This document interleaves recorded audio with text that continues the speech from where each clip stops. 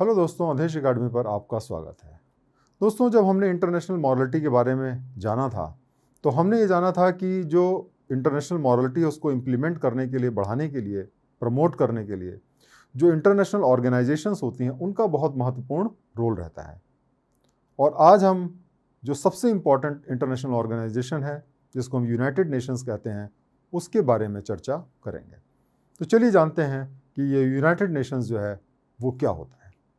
United Nations या UN एक inter governmental organisation है जिसकी जो जिम्मेदारी ये है कि वो इंटरनेशनल कोऑपरेशन को बढ़ाए और पूरे दुनिया में जो है एक इंटरनेशनल ऑर्डर या पीस को जो है वो बनाए। तो देखिए, जो यूनाइटेड नेशंस है वो उसके अंदर सारे जो गवर्नमेंट ऑर्गेनाइजेशंस जो डिफरेंट डिफरेंट गवर्नमेंट्स हैं सारी दुनिया की, वो सब मिल करके उसको कोऑपरेट करती हैं और वो सारी जो गवर्नमेंट्स हैं वो मिल करके जो है यूनाइटेड नेशंस को बनाती हैं। इस ऑर्गेनाइजेशन की जो फाइनेंसिंग होती है वो असेस्ड और वॉलंटरी कंट्रीब्यूशन के द्वारा होती है। असेस्ड मतलब कि जिसका असेसमेंट होता है कि किसको किसको कितना कितना पैसा देना है, और इसके अलावा वो वॉलंटरी तरीके से अपना पैसा देते हैं और इस तरीके से ये जो यूएन का खर्चा होता है वहाँ से निकलता है। और यूएन जो है ये हमारे दुनिया की सबसे बड़ी, सबसे ज़्यादा फैमिलियर और सबसे ज़्यादा उसके मेंबर स्टेट्स हैं इंटरनेशनली रिप्रेजेंटेड है और सबसे पावरफुल है इंटर गवर्नमेंटल ऑर्गेनाइजेशन। तो चलिए हम जानते हैं कि जो यूएन है उसका ऑब्जेक्टिव क्या होता है। तो पहला इसका ऑब्जेक्टिव ये है कि इंटरनेशनल पीस को बनाना और इंटरनेशनल सिक्योरिटी को बनाना। कहने का मतलब ये है कि इसका प्रयत्न ये होता है कि दुनिया में वॉर ना हो और दुनिया में पीस रहे। इसके अलावा जो भी कंट्रीज़ हैं जिसको कोई थ्रेटन करता है अनड्यूली तो उसको सिक्योरिटी प्रोवाइड करना। तो इस दुनिया को सिक्योर बनाना, इस दुनिया को शांति उसके अंदर कायम करना, ये जो है यूएन की रिस्पॉन्सिबिलिटी है। यूएन जो है वो अलग अलग देशों के बीच में फ्रेंडली रिलेशनशिप या दोस्ताना संबंध बनाने की भी कोशिश करता है। जो ह्यूमन राइट्स होते हैं उसका अगर कोई वॉलेशन करता है तो उसके खिलाफ में भी यूएन एक्शन लेता है और इसके लिए यूएन जो है वो ह्यूमन राइट्स को प्रमोट करने का काम करता है। उसने इस तरीके के लॉज बनाए हैं कि जिसको जो कंट्री साइन करते हैं तो उनको ह्यूमन राइट को प्रोटेक्ट करना बहुत ज़रूरी रहता है। जितने भी इंटरनेशनल लॉज हैं उसको अपहोल्ड करना और करवाना ये यूएन की रिस्पॉन्सिबिलिटी है। इसी तरीके से एनवायरनमेंट प्रोटेक्शन भी यूएन का एक बहुत बड़ा जिम्मेदारी है। और जो हमारी सोसाइटी है उसके अंदर जो सोशल डेवलपमेंट हो, जैसे आपके एजुकेशन है या जैसे आपकी लिटरेसी है, हेल्थ है, और इसी तरीके से इकोनॉमिक डेवलपमेंट हो जैसे जीडीपी है, तो ये सारे की सारी चीज़ों को प्रमोट करने में भी यूएन का एक बहुत महत्वपूर्ण रोल रहता है। इसके अतिरिक्त कभी भी मान लिया कोई सूखा पड़ गया, कोई नेचुरल डिज़ास्टर हो गया या कहीं पे वॉर हो गया, तो ऐसे सिचुएशन में जो ह्यूमैनिटेरियन असिस्टेंस होता है, जो मानवीय जो सहायता दी जाती है, उसको पहुंचाने का भी काम यूएन करता है। और इसी तरीके से जो इंटरनेशनल प्रॉब्लम्स हैं उसको इंटरनेशनल कोऑपरेशन के माध्यम से सॉल्व करने का प्रयत्न भी यूएन करता है। तो ये सारे के सारे इनके ऑब्जेक्टिव हैं। अब हम जानते हैं कि जो यूनाइटेड नेशंस हैं उन्होंने कुछ प्रिंसिपल्स ऑफ कंडक्ट बनाए हुए हैं कि मतलब एक तरीके से ये कंडक्ट सारे मेंबर नेशन को और यूनाइटेड नेशन सारे लोगों को ये फॉलो करना है। तो चलिए हम उनके बारे में जानते हैं कि कौन कौन से कंडक्ट यूएन को और यूएन के अंदर जो नेशंस हैं या जो भी दुनिया के जो देश हैं उनको फॉलो करना चाहिए। सबसे पहली बात यह है कि हर एक जो मेंबर है यूएन का वो सोवरेन है। इसका मतलब कि वो अपने डिसीजंस खुद ले सकता है, उसको कोई दूसरा कंट्री फोर्स नहीं कर सकता कि आप ये डिसीजन लो। और दूसरा, वो यूएन की नज़रों में सब इक्वल हैं। तो आप अगर पावरफुल हैं या बहुत अमीर कंट्री हैं तो आप दूसरे को छोटा कंट्री ट्रीट नहीं कर सकते, सबको आपको बराबर ट्रीट करना पड़ेगा। उसके अलावा जो हर एक कंट्री है उसकी जिम्मेदारी है कि जो भी उसके इंटरनेशनल ऑब्लिगेशंस हैं, जो भी इंटरनेशनल ट्रीटी साइन की है उसको वो फुलफिल करें और चार्टर्ड के अंदर जितने भी इंटरनेशनल ऑब्लिगेशंस प्रिस्क्राइब हैं उसको वो फॉलो करें। और कोई भी अगर इंटरनेशनल डिस्प्यूट्स होती है दो कंट्रीज़ के बीच में या दो से ज़्यादा कंट्रीज़ के बीच में, तो उसको जो है पीसफुल तरीके से सेटल करने का काम करना चाहिए। वो यूएन जा सकते हैं और वो जो है उनकी मदद कर सकता है डिस्प्यूट्स को सेटल करने में। इसके अलावा अगर आप बहुत शक्तिशाली देश हैं तो आप किसी कमज़ोर देश को या अपने से जो कमज़ोर देश है उसको आप कोई डरा धमका नहीं सकते हैं, उसको थ्रेट नहीं दे सकते हैं या उसको आप फोर्स नहीं कर सकते कि हम तुम्हारी ज़मीन छीन लेंगे। तो इसके लिए भी जो है ये सारे देशों को ये कोड ऑफ कंडक्ट भी फॉलो करना चाहिए। उसके अलावा अगर यूएन किसी भी देश के खिलाफ में एक्शन ले रहा है तो ये सारे देश की जिम्मेदारी है कि वो उसको यूएन को सपोर्ट करे जिस तरीके से भी सपोर्ट कर सकते हैं। और जिस देश के खिलाफ में एक्शन ले रहा है उसको बिल्कुल सपोर्ट ना करें। तो ये भी ध्यान रखना है कि कोई भी देश जो है उस देश को सपोर्ट ना करे जिसके खिलाफ में यूएन एक्शन ले रहा है। और यूएन जो है वो किसी के इंटरनल मामले में, किसी भी देश के इंटरनल मामले में वो इंटरफियर नहीं करता है। तो हर जो कंट्री है वो अपने अपने हिसाब से अपने देश को चलाए, इसमें यूएन को कोई प्रॉब्लम नहीं है, क्योंकि यूएन जो है किसी भी देश के आंतरिक मामलों में जो है वो हस्तक्षेप नहीं करना चाहता है। हाँ, अगर आप मान लिया कोई ह्यूमन राइट का वायलेशन करते हैं, इंटरनेशनल ट्रीटी जो है उसको वायलेट करते हैं, तो ऐसे सिचुएशन में ही यूएन इंटरवीन करेगा, अदरवाइज अपना देश आप अपने हिसाब से चला सकते हैं। तो दोस्तों, इस तरीके से आज हमने यूएन के बारे में जाना, जो कि हमारे दुनिया की सबसे इम्पॉर्टेंट, सबसे पावरफुल इंटर गवर्नमेंटल ऑर्गेनाइजेशन है। तो मुझे उम्मीद है कि इससे आपको यूएन के बारे में अच्छी जानकारी मिल गई होगी। बहुत बहुत धन्यवाद।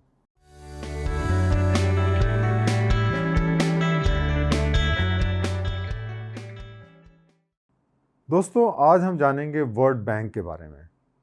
जैसा कि हम सब जानते हैं कि जो वर्ल्ड बैंक है वो ख़ास तौर से जो डेवलपिंग कंट्रीज़ हैं उनके लिए बड़ा अहम उसका रोल रहता है। हमें बहुत सारी फंडिंग वहाँ से मिलती है, बहुत सारे इंफ्रास्ट्रक्चर जो प्रोजेक्ट्स होते हैं वो वर्ल्ड बैंक की फंडिंग से चलते हैं। तो आज हम उसके बारे में जानेंगे, क्योंकि ये जो इंटरनेशनल मॉरलिटी है उसका एक बहुत ही इम्पॉर्टेंट हिस्सा है इंटरनेशनल ऑर्गेनाइजेशन। तो चलिए आज हम जानते हैं वर्ल्ड बैंक के बारे में। वर्ल्ड बैंक जो है वो एक इंटरनेशनल फाइनेंशियल इंस्टीट्यूशन है जो कि लोन देता है उन कंट्रीज़ को जो जनरली थोड़े से गरीब कंट्री होते हैं, डेवलपिंग कंट्रीज़ होते हैं। और ये जो लोन उनको दिया जाता है वो कैपिटल प्रोजेक्ट्स के लिए दिया जाता है, मतलब कि कुछ नई चीज़ बनाने के लिए दिया जाता है, जैसे बिल्डिंग्स हैं, हॉस्पिटल्स हैं, सड़कें हैं, कोई भी इंफ्रास्ट्रक्चर क्रिएट करने के लिए उनको लोन दिया जाता है। ये जो वर्ल्ड बैंक है इसकी स्थापना जो है ये 1944 में हुई थी। ब्रेटन वुड्स कॉन्फ्रेंस हुआ था, उसके तहत इसको भी बनाया गया था, और साथ साथ में आईएमएफ या इंटरनेशनल मॉनेटरी फंड उसको बनाया गया था। तो ये दोनों ऑर्गेनाइजेशन जो हैं वो एक साथ ही क्रिएट किए गए। और वर्ल्ड बैंक और आईएमएफ जो हैं वो एक दूसरे के साथ में मिल करके काम करते हैं, और दोनों जो हैं वाशिंगटन डीसी में इनका हेडक्वार्टर है और वहीं पे ये स्थापित है। वर्ल्ड बैंक जो है वो वर्ल्ड डेवलपमेंट रिपोर्ट जो है उसको तैयार करने का भी जिम्मा उसी के ऊपर है। अब देखिए, हम जानते हैं कि वर्ल्ड बैंक का देखिए फंक्शन क्या होता है।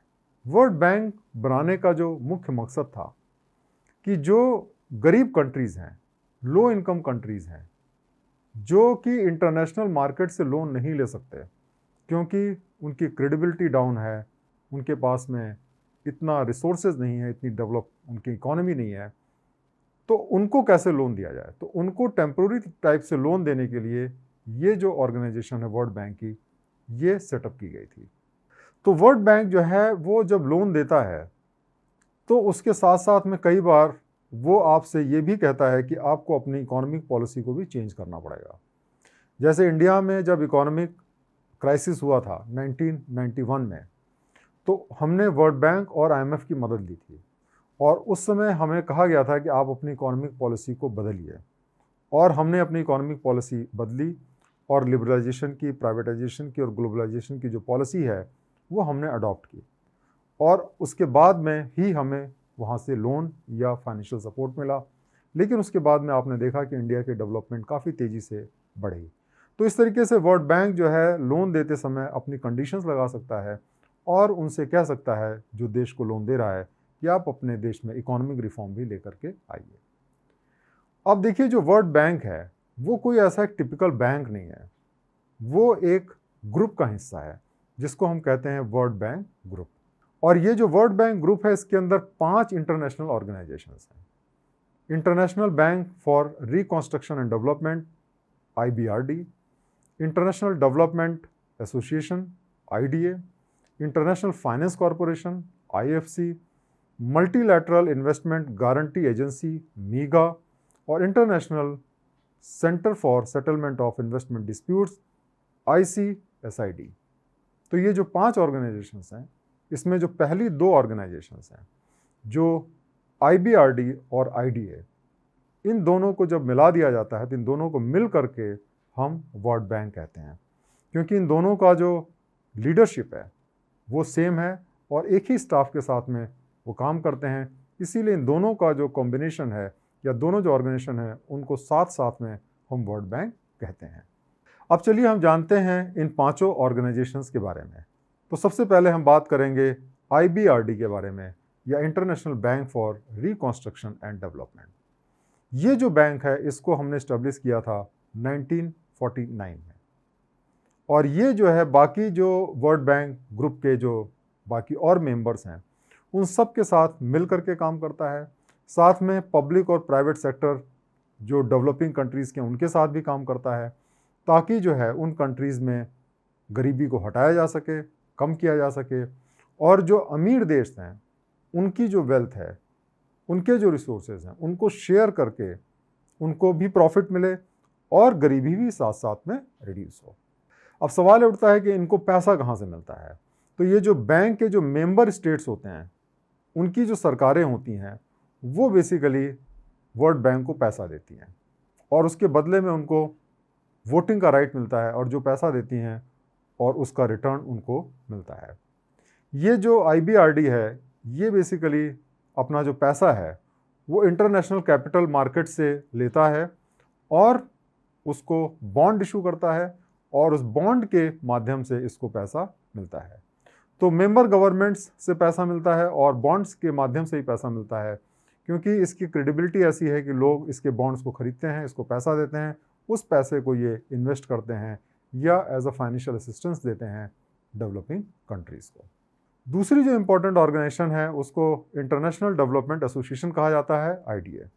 ये जो है 1960 के अंदर बनी थी, और इसका जो पर्पस था कि जो IBRD है या international bank for reconstruction development है उसको कॉम्प्लीमेंट किया जाए। जैसा कि हमने पहले भी डिस्कस किया कि IDA और IBRD मिल करके वर्ल्ड बैंक बनता है।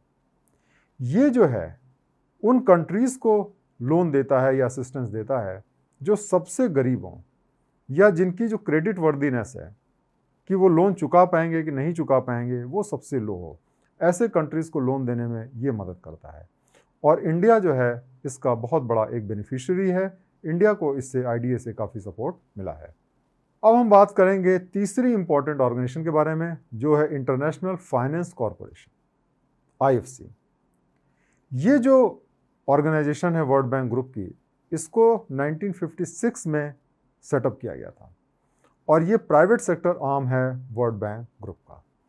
तो ये जो है ऐसे जगह पे इन्वेस्टमेंट नहीं करता है जहाँ पे प्राइवेट की जगह पब्लिक सेक्टर इन्वॉल्व हो या गवर्नमेंट इन्वॉल्व हो। ये बेसिकली इन्वेस्ट वहाँ पे करता है जो कॉमर्शियल ऑर्गेनाइजेशंस हैं, कॉमर्शियल प्रोजेक्ट्स हैं, और जो प्रॉफिट के लिए चलते हैं। कहने का मतलब कि ये जो बिजनेस ऑर्गेनाइजेशंस होती हैं जहाँ पे प्रॉफिट कमाने के पर्पज़ से अपना इन्वेस्टमेंट करती हैं, IFC वहाँ पे पैसा लगाता है।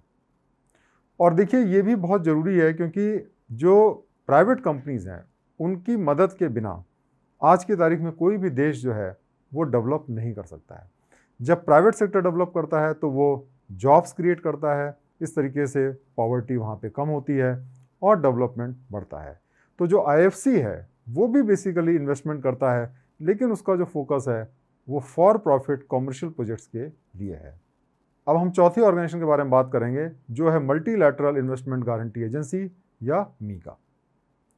MIGA को 1988 में सेटअप किया गया था, और ये एक तरीके से इन्वेस्टमेंट इंश्योरेंस फैसिलिटी है जो कि हम इन्वेस्टर को देते हैं कि भाई अगर आपने पैसा लगाया डेवलपिंग कंट्री में तो हम गारंटी लेते हैं कि आपको जो रिटर्न मिलना है वो रिटर्न मिलेगा।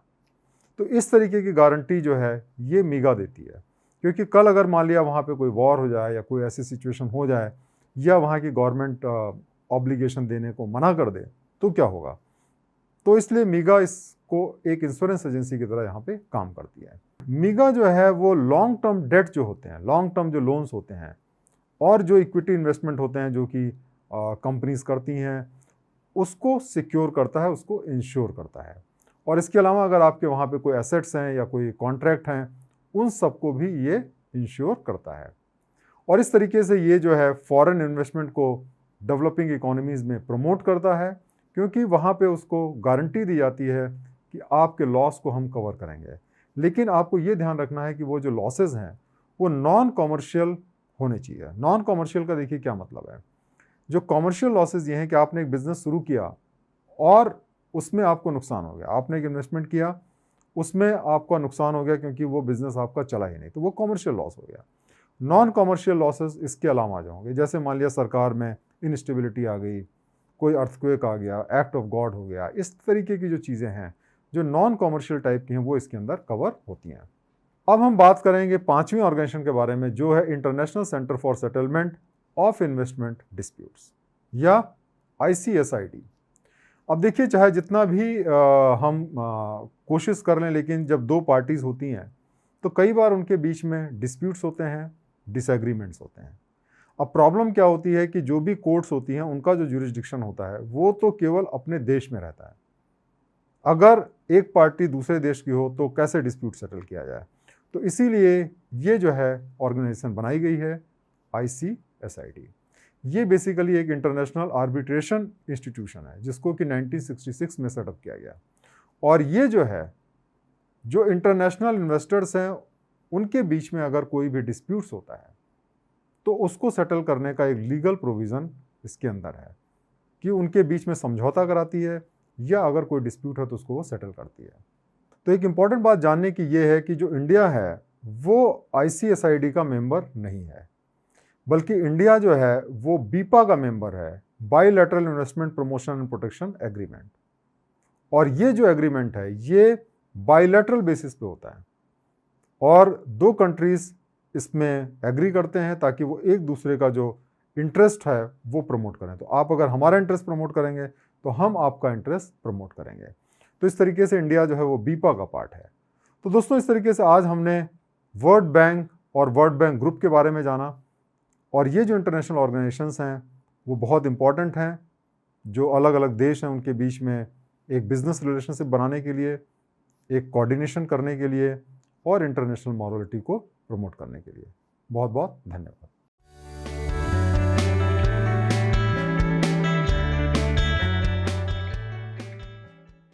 दोस्तों, आज हम जानेंगे इंटरनेशनल मॉनेटरी फंड के बारे में या IMF के बारे में। ये जो है एक बहुत ही इम्पॉर्टेंट इंटरनेशनल ऑर्गेनाइजेशन है। वर्ल्ड बैंक के साथ साथ में ये ऑर्गेनाइजेशन जो गरीब देश हैं ख़ास तौर से उनको सपोर्ट करती है जब भी उनको इकोनॉमिक क्राइसिस से गुजरना पड़ता है। तो चलिए हम IMF के बारे में जानते हैं। तो ये जो इंटरनेशनल मॉनेटरी फंड है ये 27 दिसंबर 1945 को वॉशिंगटन DC में सेटअप किया गया था और इसकी जो रिकमेंडेशन आई थी वो ब्रेटन वुड्स कॉन्फ्रेंस से आई थी। और जैसा कि हम जानते हैं कि वर्ल्ड बैंक भी जो है इसी कॉन्फ्रेंस के तहत सेटअप किया गया था। IMF ने अपना जो काम है वो 1 मार्च 1947 से स्टार्ट कर दिया था। और ये जो है मुख्य तौर पे जो मेंबर कंट्रीज़ होते हैं इसके, उनको जो बैलेंस ऑफ पेमेंट की क्राइसिस होती है तब उसको हेल्प करता है उनको इस क्राइसिस से बाहर निकालने में।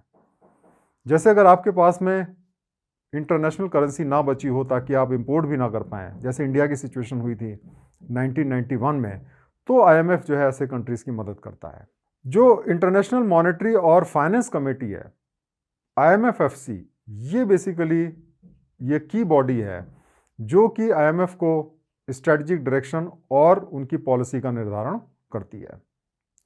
हर साल जो है IMF world economic report release करती है जिसमें जो टॉप 200 कंट्रीज़ हैं वर्ल्ड में उनकी जो पर कैपिटा इनकम है या पर कैपिटा जो GDP है उसके बारे में रिपोर्ट पब्लिश करती है परचेज पावर पैरिटी के बेसिस पे। अब हम जानते हैं कि IMF जो है उसको कहाँ से फंडिंग मिलती है। देखिए, IMF के जो फंडिंग है उसके दो स्रोत होते हैं, एक कोटा और दूसरा लोन। जो कोटा होता है बेसिकली जो मेंबर नेशंस होते हैं वो अपना अपना पैसा उसके अंदर डालते हैं और वो जो कोटा होता है उससे उनको पैसा मिलता है। और ये जो कोटा होता है वो उसकी इकॉनमी पे डिपेंड करता है। तो जिन कंट्रीज़ की इकॉनमी ज़्यादा स्ट्रांग है उनका कोटा ज़्यादा होता है, ज़्यादा पैसा IMF के अंदर डालते हैं। जिनकी इकॉनमी उतनी स्ट्रांग नहीं होती वो कम पैसा उसमें डालते हैं। तो इस तरीके से कोटा एक स्रोत होता है। दूसरा होता है लोन्स, और वो लोन्स के माध्यम से भी पैसा मार्केट से लेते हैं। अब हम जानते हैं कि ऑब्जेक्टिव क्या है IMF को बनाने का। देखिए, इसका जो ऑब्जेक्टिव है एक तो ये है कि जो इंटरनेशनल मॉनेटरी कॉपरेशन है उसको प्रमोट करना, आपस में जो पैसे का जो कॉपरेशन है उसको प्रमोट करना। उसके अलावा इंटरनेशनल ट्रेड को एक बैलेंस तरीके से ग्रो करना और उसको एक्सपेंड करना ताकि इंटरनेशनल ट्रेड बढ़े उसको फैसिलिटेट करने का काम आईएमएफ करती है। फिर जो फॉरेन एक्सचेंज होता है उसके स्टेबिलिटी लाने का काम ये करती है, ताकि जो एक्सचेंज में फ्लक्चुएशन होता है या खास तौर से जो डेप्रिशिएशन होता है उसको कंट्रोल किया जा सके। और ये कोशिश ये करती है कि जो एक्सचेंज से रिलेटेड जो अलग अलग टाइप के रिस्ट्रिक्शंस हैं उनको ख़त्म किया जाए, ताकि जो एक करेंसी वो दूसरी करेंसी में आसानी से कन्वर्ट हो सके। और इसी तरीके से जो उनके मेंबर स्टेट्स हैं उनको जब बैलेंस ऑफ पेमेंट की प्रॉब्लम होती है तो उसको सही करने के लिए, उस प्रॉब्लम को सॉल्व करने के लिए भी उनकी मदद करती है। अब चलिए हम जानते हैं कि आईएमएफ के मुख्य फंक्शन क्या हैं। तो इसके 3 मुख्य फंक्शन हैं, सर्विलियंस, कैपेसिटी बिल्डिंग और लैंडिंग। चलिए इनके बारे में हम जानते हैं। तो इसका पहला फंक्शन है सर्विलियंस। सर्विलेंस का देखिए क्या मतलब होता है। सर्विलेंस का मतलब होता है किसी चीज़ को क्लोजली ऑब्जर्व करना, मतलब देखना कि भाई वो चीज़ कैसे बिहेव करती है। जैसे अगर हम किसी के व्यक्ति का सर्विलेंस करते हैं तो हम उसके छोटे छोटे मूव्स को जो है वो ऑब्जर्व करते हैं। तो इसी तरीके से आईएमएफ जो है वो इकोनॉमीज़ को ऑब्जर्व करती है और इसके लिए बहुत सारे डेटा कलेक्ट करती है जो नेशनल और इंटरनेशनल इकोनॉमीज़ हैं, और इसी तरीके से जो इंटरनेशनल ट्रेड हो रहा है उसके डेटा कलेक्ट करती है, ताकि जो है वो किस तरीके से जो ग्लोबल इकोनॉमी है एग्रीगेट में, या टोटल ग्लोबल इकोनॉमी किस तरीके से चल रही है, उसके सारे डेटा इसके पास में होते हैं। उसके बाद में क्या करती है कि जो डेटा होते हैं उसके बेसिस पे इकोनॉमिक फोरकास्ट करती है कि आगे इकोनॉमी किस डायरेक्शन में जाने वाली है, नेशनल लेवल पे भी, इंटरनेशनल लेवल पे भी। और ये जो फोरकास्ट हैं वो वर्ल्ड इकोनॉमिक आउटलुक में पब्लिश होते हैं ताकि लोग उसको देख सकें और उसके बेसिस पे इन्फॉर्म्ड डिसीजंस ले सकें। दूसरी जो इसका मेन काम होता है वो है कैपेसिटी बिल्डिंग। तो इकोनॉमी जो भी आप बढ़ाना चाहते हैं, इकोनॉमिक ग्रोथ चाहते हैं, तो उसके लिए जो ट्रेनिंग की ज़रूरत है उसको भी आईएमएफ प्रोवाइड करती है। तो जो भी टेक्निकल असिस्टेंस होता है, ट्रेनिंग होती है, या जो पॉलिसी एडवाइस होती है, जो भी इनके मेंबर कंट्रीज़ हैं उनको भी जो है वो आईएमएफ मदद करती है, और उनको उस तरीके के ट्रेनिंग प्रोग्राम चलाए जाते हैं ताकि वो अपनी कैपेसिटी को बढ़ा सकें, अपने मैन पावर को ज़्यादा जानकार बना सकें। ये जो प्रोग्राम्स होते हैं उसके अंदर हम डाटा कलेक्शन कैसे किया जाए, उनकी एनालिसिस कैसे की जाए, और किस तरीके से आईएमएफ को राइट फॉर्मेट में इंफॉर्मेशन दी जाए ताकि जो है वो नेशनल और ग्लोबल इकोनॉमी को आईएमएफ ऑब्जर्व कर सके। तो ये कैपेसिटी भी उनके अंदर बिल्टअप की जाती है। अब जो तीसरा और सबसे इम्पॉर्टेंट रोल जो है वो आईएमएफ का है लेंडिंग, या उधार देना, लोन देना। तो आईएमएफ जो है उन कंट्रीज़ को खास तौर से लोन देती है जो कि बहुत ज़्यादा इकोनॉमिक डिस्ट्रेस में, बहुत ज़्यादा इकोनॉमिक परेशानी में हों, और ख़ास तौर से अगर उनको बैलेंस ऑफ पेमेंट की प्रॉब्लम होती है तो ऐसे सिचुएशन में उनको लोन देती है ताकि वो अपनी क्राइसिस से तुरंत निकल सकें। और इसके लिए जो है वो जो मेंबर स्टेट्स होते हैं वो अपना अपना फ़ंड देते हैं, जैसा हमने पहले भी डिस्कस किया था, और वो अपनी इकोनॉमिक जो कोटा होता है उसके हिसाब से फ़ंड देते हैं, और उसी पैसे से जो गरीब कंट्रीज़ हैं जो इकोनॉमिक क्राइसिस को फेस कर रहे हैं उनसे निकालने में आईएमएफ मदद करती है। तो इस तरीके से दोस्तों हमने देखा कि आज आईएमएफ जो है एक बहुत इंपॉर्टेंट रोल जो है प्ले कर रही है इंटरनेशनल कोऑपरेशन में, इंटरनेशनल मॉरलिटी में, और मुझे उम्मीद है कि आईएमएफ का जो रोल है वो आपने अच्छे तरीके से आज समझ लिया होगा। बहुत बहुत धन्यवाद।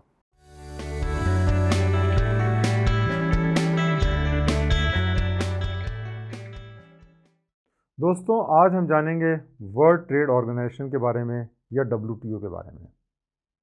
ये जो ऑर्गेनाइजेशन है ये एक बहुत इम्पॉर्टेंट ऑर्गेनाइजेशन है, क्योंकि इसका जो मुख्य काम है वो ये है कि जो देश हैं वो आपस में एक दूसरे के साथ में आसानी से इंटरनेशनल ट्रेडिंग करें, या इंटरनेशनल मार्केट में अपना सामान बेच सकें और ख़रीद सकें। और जब से इंडिया लिबरलाइजेशन के रास्ते पे गया है तब से जो इंटरनेशनल हमारा जो बिज़नेस है वो काफ़ी तेज़ी से बढ़ा है, और उसकी वजह से हमारे देश में समृद्धि भी आई है और डेवलपमेंट भी हुआ है। तो चलिए हम डब्ल्यूटीओ के बारे में जानते हैं। ये जो डब्ल्यूटीओ है ये एक इंटर गवर्नमेंटल ऑर्गेनाइजेशन है, अलग अलग गवर्नमेंट से मिल करके बना हुआ एक ऑर्गेनाइजेशन है, और इसका जो मुख्य काम है वो है कि जो इंटरनेशनल ट्रेड है उसको जो है व्यवस्थित करना, उसको रेगुलेट करना। ये जो डब्ल्यूटीओ है ये ऑफिशियली 1995 से काम करना शुरू किया, 1 जनवरी से, और एक मार्केश एग्रीमेंट हुआ था जो 124 देशों ने साइन किया था 15 अप्रैल 1994 को। उसके बाद में इसने काम करना शुरू किया, लेकिन एक्चुअली ये बहुत पुराना है। इसके पहले 1948 से ही एक ऑर्गेनाइजेशन था जिसका नाम था GATT, general agreement on tariff and trade, GATT. ये जो है वही काम करता था जो WTO आज कर रहा है। तो इस तरीके से 1995 के बाद में जो गैट है उसी का नाम चेंज करके और कुछ उसके फंक्शंस में चेंज करके उसको WTO में कन्वर्ट किया गया। ये जो WTO है ये लार्जेस्ट इंटरनेशनल इकोनॉमिक ऑर्गेनाइजेशन है, जो इकोनॉमिक हमारे जो बिजनेसेस होते हैं उसके लिए विश्व की सबसे बड़ी इंटरनेशनल ऑर्गेनाइजेशन है।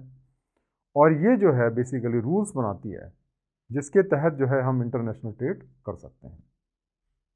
WTO का देखिए काम क्या है, इसका जो प्रयत्न होता है कि जो प्रोड्यूसर्स होते हैं, चाहे वो सामान बनाएं, चाहे वो सर्विस प्रोवाइड करें, या जो एक्सपोर्टर हैं, इंपोर्टर हैं, वो आसानी से अपना बिजनेस कर सकें। हमें ये समझना होगा कि जब भी हम इंपोर्ट एक्सपोर्ट करते हैं, जब एक से ज़्यादा देश इन्वॉल्व रहते हैं, तो हमारे देश का कानून वहाँ पे लागू नहीं होता है। और इसके लिए ज़रूरी है कि अगर कोई भी पार्टी अपना कमिटमेंट पूरा नहीं करे तो कोई ना कोई ऐसा एक एग्रीमेंट होना चाहिए कि जो भी पार्टी एग्रीमेंट के अगेंस्ट में जाती है उसको हम उससे जो भी उसकी कमी है उसको हम पूरा कर सकें, अगर उसने पैसा नहीं दिया तो उसको हम रिकवर कर सकें। और इसीलिए WTO का रोल बहुत अहम हो जाता है। इसके लिए क्या होता है कि WTO एग्रीमेंट साइन किए जाते हैं।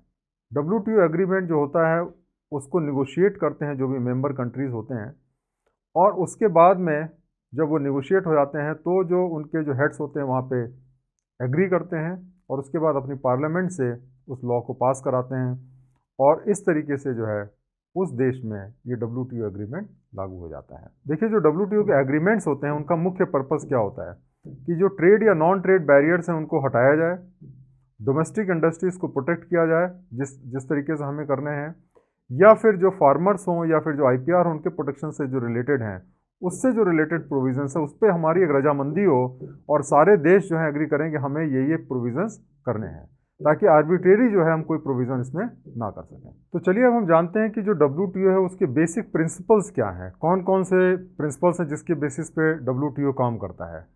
तो सबसे पहला जो उसका प्रिंसिपल ये है कि जो हम ट्रेडिंग करते हैं या बिजनेस करते हैं उसमें कोई डिस्क्रिमिनेशन नहीं होना चाहिए। अब इसके लिए हमें दो कॉन्सेप्ट्स को समझना ज़रूरी है। पहला कॉन्सेप्ट है मोस्ट फेवर्ड नेशन का कॉन्सेप्ट, और दूसरा कॉन्सेप्ट है फेयर नेशनल ट्रीटमेंट का कॉन्सेप्ट। तो मोस्ट फेवर्ड नेशन का कॉन्सेप्ट देखिए क्या होता है। WTO एग्रीमेंट के तहत जो है जो कंट्रीज़ होते हैं वो एक कंट्री और दूसरे कंट्री के बीच में वो डिफ्रेंशिएट नहीं कर सकते हैं, उनको डिस्क्रिमिनेट नहीं कर सकते हैं ट्रेडिंग के पर्पस से। इसमें देखिए क्या होता है कि हम जो है मोस्ट फेवर्ड नेशन का स्टेटस अलग अलग कंट्रीज़ को देते हैं। जैसे हमने चाइना को दिया है, अमेरिका को दिया है, ब्रिटेन को दिया है, पहले पाकिस्तान को भी दिया था बट अभी नहीं है। तो जब हम मोस्ट फेवर्ड नेशन का स्टेटस दे देते हैं तो उसके बाद में क्या होता है कि हमें उन सब से सेम टैरिफ चार्ज करना पड़ता है। तो जो भी मान लिया कस्टम टैरिफ मान लिया 10% है तो वो सारे कंट्रीज़ पे लागू होगा। हम ये नहीं कर सकते कि चाइना पे हम ज़्यादा टैरिफ लगा दें, ये चीज़ परमिसेबल नहीं है। हाँ, इसके अंदर ये जरूर परमिसेबल होता है कि हम बाईलैटरल एग्रीमेंट कर सकते हैं। मान लिया इंडिया और सिंगापुर के बीच में बाईलैटरल एग्रीमेंट हो जाए कि हम बिना टैरिफ के आपस में काम करेंगे तो वो परमिसेबल है। लेकिन आप बिना किसी बाईलैटरल एग्रीमेंट के कोई इससे ज़्यादा रेट आप नहीं लगा सकते। तो इस तरीके से जितने भी मोस्ट फेवर्ड नेशन हैं उनको ऑटोमेटिकली सेम बेनिफिट्स मिल जाते हैं जो आप किसी भी एक मोस्ट फेवर्ड नेशन को देते हैं।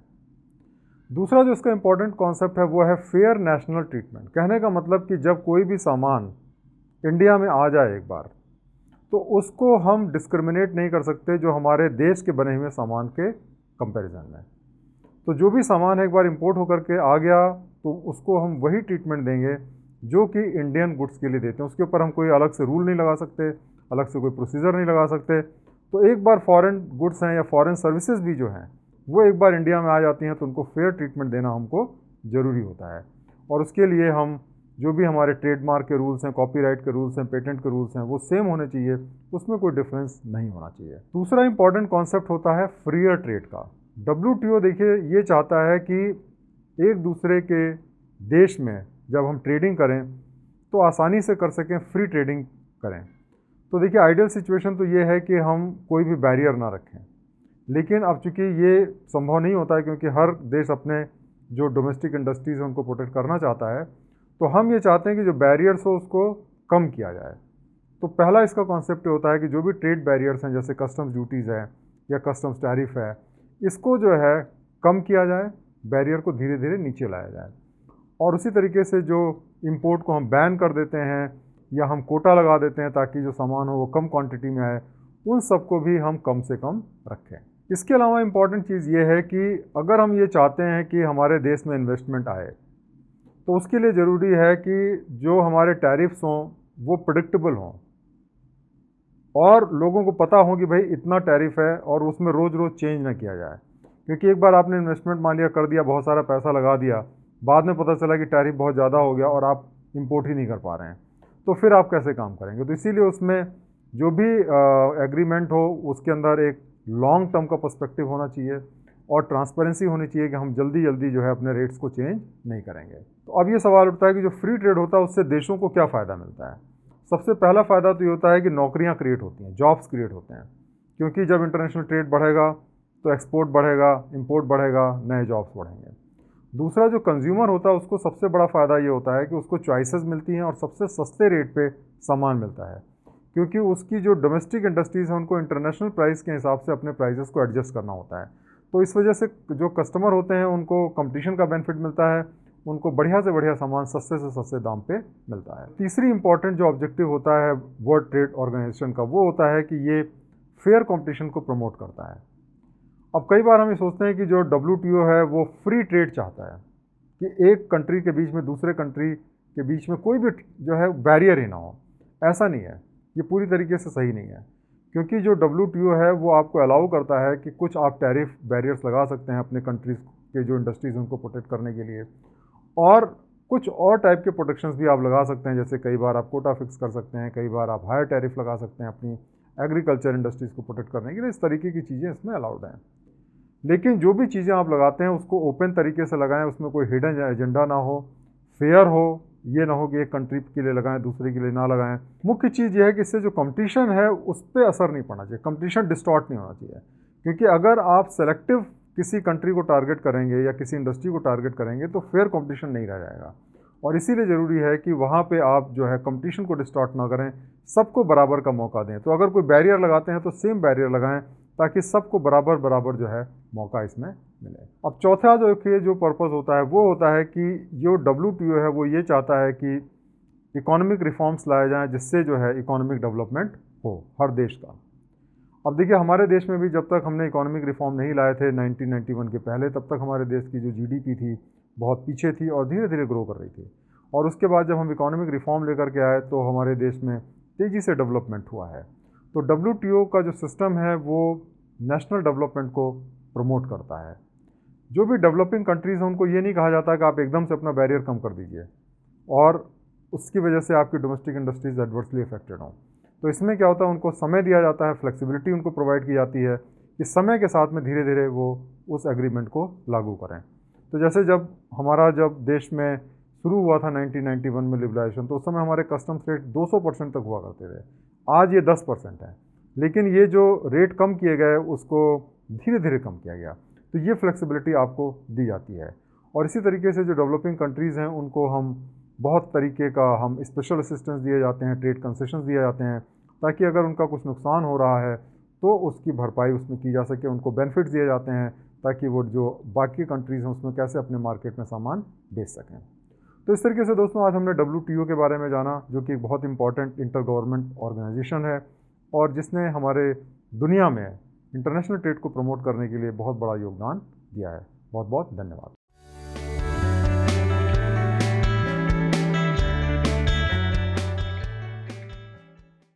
दोस्तों आज हम जानेंगे एक बहुत ही इम्पॉर्टेंट ऑर्गेनाइजेशन के बारे में जो कि आजकल काफ़ी न्यूज़ में भी रहती है, और ये जो ऑर्गेनाइजेशन है वो है वर्ल्ड हेल्थ ऑर्गेनाइजेशन। जैसा कि हम जानते हैं कि कोविड-19 जब से पूरे दुनिया में फैला है तब से WHO का काफ़ी क्रिटिसिज्म भी हुआ है कि इसने समय से लोगों को अलर्ट नहीं किया और इसने अपना रोल जो है ठीक से प्ले नहीं किया। तो ये एक बहुत ही इम्पॉर्टेंट ऑर्गेनाइजेशन है और इसका बहुत बड़ा रोल है पूरे दुनिया में लोगों को पास लाने में। तो आज हम WHO के बारे में जानकारी हासिल करते हैं। तो सबसे पहले हम WHO के बारे में जानते हैं कि ये क्या चीज़ है, क्या ऑर्गेनाइजेशन है। तो WHO जो है ये एक स्पेशलाइज एजेंसी है यूनाइटेड नेशंस की, और इसका जो मेन कंसर्न ये है कि इंटरनेशनल लेवल पे जो पब्लिक हेल्थ है, आम जनता की जो हेल्थ है, उसको ध्यान रखा जाए और उसको सुधार किया जाए। WHO की जो संस्थापना है वो 7 अप्रैल 1948 को हुई थी, और इसका जो हेडक्वार्टर है वो जिनेवा में है, स्विट्ज़रलैंड में। और WHO जो है वो यूनाइटेड नेशंस डेवलपमेंट ग्रुप जो है उसका मेंबर है। तो ये यूनाइटेड नेशंस के साथ कनेक्टेड है और इसके साथ मिल करके ही पूरे दुनिया में जो हेल्थ का एक एजेंडा है उसको ये पूरा करता है। WHO के पहले एक दूसरी ऑर्गेनाइजेशन थी जिसका नाम था हेल्थ ऑर्गेनाइजेशन।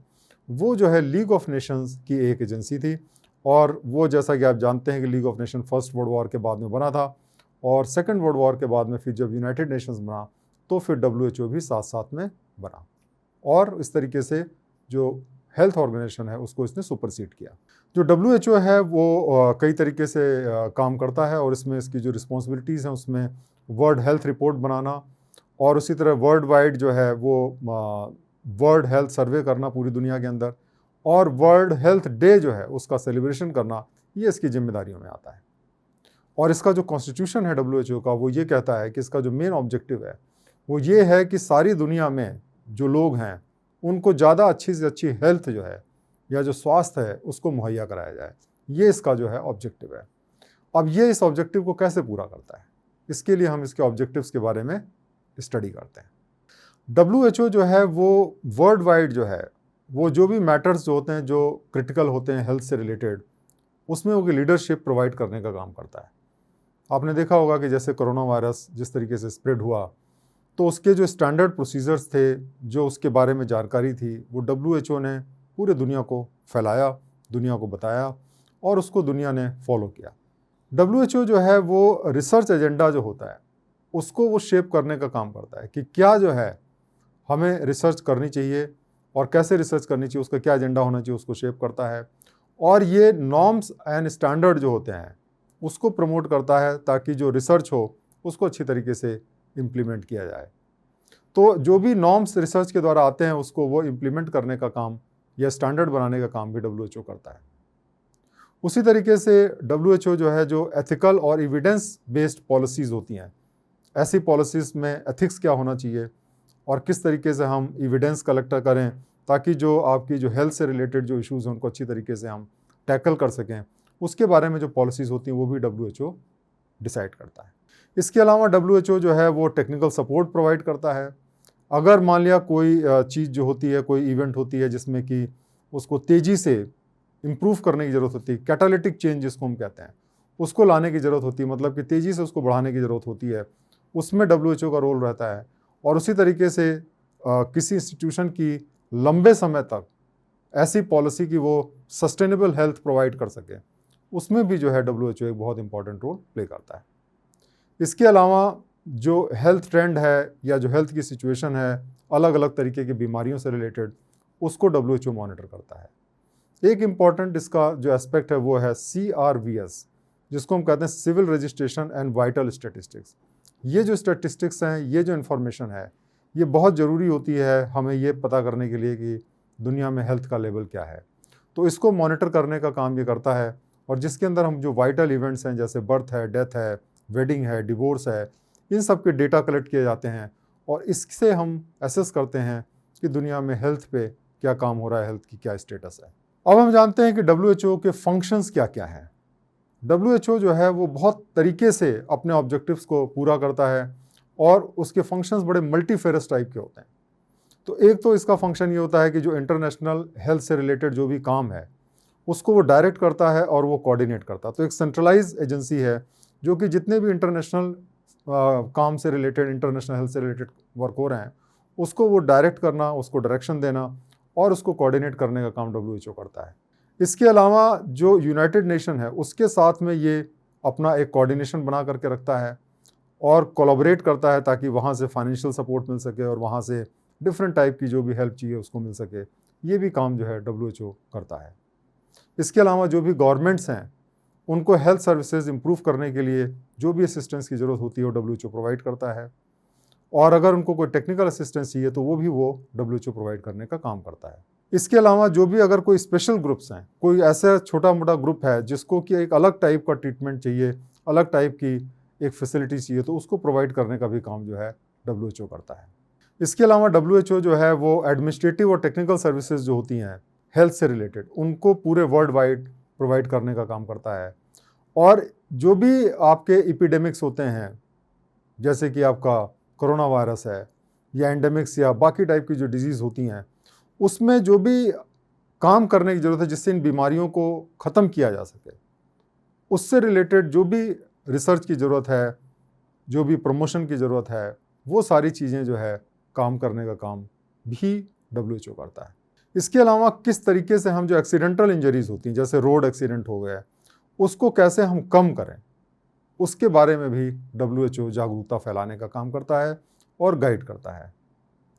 फिर आपको मालूम होगा कि अगर हमें अच्छी हेल्थ चाहिए तो हमें बहुत सारे पैरामीटर्स की ज़रूरत होती है, जैसे कि अच्छा न्यूट्रिशन, घर, सैनिटेशन, उसी तरह गेम्स खेलना मेंटल हेल्थ के लिए बहुत ज़रूरी होता है। इकोनॉमिक और वर्किंग कंडीशंस जो लोगों की होती हैं उससे भी उनकी हेल्थ पे बहुत फ़ायदा होता है या निगेटिव असर पड़ता है अगर वो ठीक नहीं है तो। और इस तरीके से जो इन्वायरमेंटल से रिलेटेड चीज़ें होती हैं जिनका हेल्थ पे बुरा असर पड़ता है, उन सब चीज़ों के बारे में भी WHO कंट्रीब्यूट करता है कि कैसे हम उन चीज़ों को इम्प्रूव करें ताकि लोगों की हेल्थ जो है वो अच्छी बनी रहे। इसके अलावा जो बहुत सारे साइंटिफिक और प्रोफेशनल ग्रुप्स हैं जो कि हेल्थ से रिलेटेड रिसर्च कर रहे हैं, उनको कोऑर्डिनेट करने का काम, उनको एक दूसरे के साथ कोऑपरेट करने का जो एक दायित्व होता है, उसमें भी जो है WHO बहुत इंपॉर्टेंट रोल प्ले करता है। इसके अलावा WHO बहुत सारे कन्वेंशंस होते हैं, एग्रीमेंट्स होते हैं या जो रेगुलेशंस होते हैं, इनको बनाने के लिए भी एक बड़ा इंपॉर्टेंट रोल प्ले करता है ताकि जो इंटरनेशनल हेल्थ से रिलेटेड जो मैटर्स हैं उनको हम इम्प्रूव कर सकें। तो जो भी उसके लिए रिकमेंडेशन देने की ज़रूरत है वो भी WHO जो है प्रोवाइड करता है। तो इस तरीके से WHO का जो रोल है वो बहुत ही वाइड रोल है और वो बहुत तरीके से जो है वो वर्ल्ड में हेल्थ को प्रमोट करने का काम करता है। तो मुझे उम्मीद है कि इस लेक्चर से आपको WHO के बारे में जानकारी मिली होगी कि इसका क्या रोल है। और ये इंटरनेशनल मॉरलिटी के लिए बड़ा ज़रूरी है, क्योंकि जब हम एक दूसरे के साथ मिल करके काम करते हैं तो एक दूसरे के बारे में केयर करते हैं और फिर हम एक दूसरे को हार्म करने की कोशिश नहीं करते और इस तरीके से इंटरनेशनल मॉरलिटी को प्रमोट करते हैं। बहुत बहुत धन्यवाद।